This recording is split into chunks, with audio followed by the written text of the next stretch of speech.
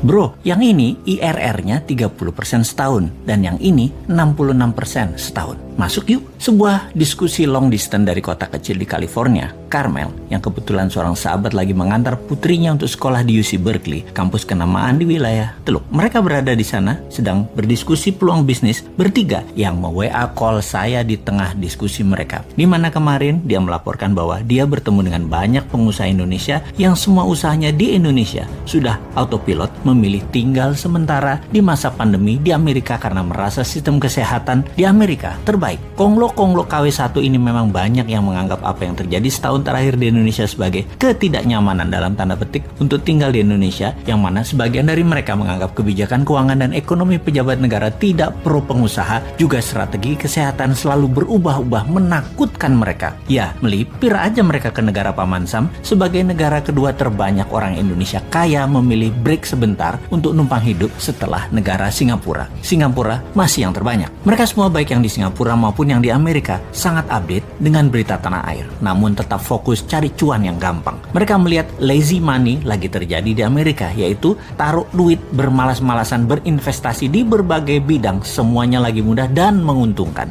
Di sanalah mereka nongkrong. Bener deh, kata mereka, kalau kita mau dapat cuan yang besar ya follow the money, ya ke Amerika sekarang. Maka ketika 3 orang sahabat lagi diskusi, yaitu mereka orang Indonesia yang lagi neduh di Amerika tersebut, menawari peluang tersebut ke saya. Semangat saya yang hampir lesu gara-gara nungguin PPKM menjadi nyala kembali mendengar informasi mereka tersebut. Sungguh menunggu ketidakpastian dengan strategi mingguan kayak dagang tahu bulat digoreng mendadak itu ngeselin. Tiap minggu diperpanjang enggak? Ya diperpanjang dong, masa enggak? Kita ini dalam berdagang perlu kepastian dan hasilnya PPKM diperpanjang terus membuat mati gaya bisnis retail dan kehidupan kelas bawah serta menengah. Padahal sudah pada taat semua, di rumah terus. Jujur, dalam hati pernah berkomen, "Bok, sekalian aja PPKM level 10 langsung 2 tahun gitu. Covid pasti mati dan rakyat mati kabeh sekalian." Strategi pejabat goreng dadakan kayak tahu bulat memang mending tinggalin aja nih negara, pergi ke negara yang iklim investasinya baik. Itu kata KW1, KW2, konglomerat itu yang merantau ke negeri orang. Kalau kita mah enggak, cinta tanah air gitu ya. Kemudian dia pun mengingatkan, "Bro, yang IRR-nya 30% ini gila ini mah. 3 tahun udah balik modal. Masih punya aset produktif lagi." Saya bertanya melalui konkol suara 4 orang, model bisnisnya bagaimana? Apakah memenuhi semua kriteria kita? Apa enggak? Maka satu orang yang paling top bertanya, "Kriteria kamu semua itu emangnya apaan?" Yang kemudian dijelaskan oleh mitra saya yang mengantar putrinya kuliah di UC Berkeley dengan berkata, "Gini bro, si Bosman ini kalau investasi, dia punya 3 kriteria. Ciri bisnis yang dia suka. 1, disruption. Model bisnisnya harus menggugurkan peraturan-peraturan yang membuat industri tidak efisien.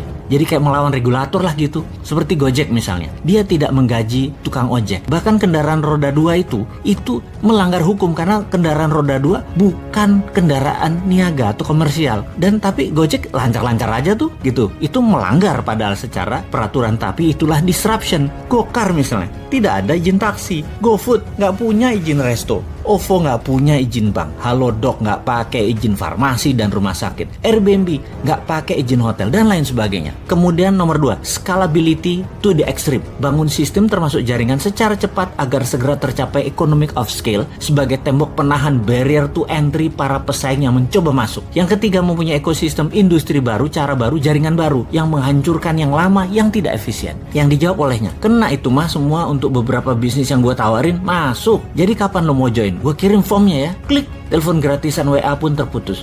Ngomong bisnis miliaran pakai jaringan gratisan tergantung wifi, ternyata masih juga gue pakai nih ya. Dasar deso. Tapi itu kan prinsip bisnis light asset.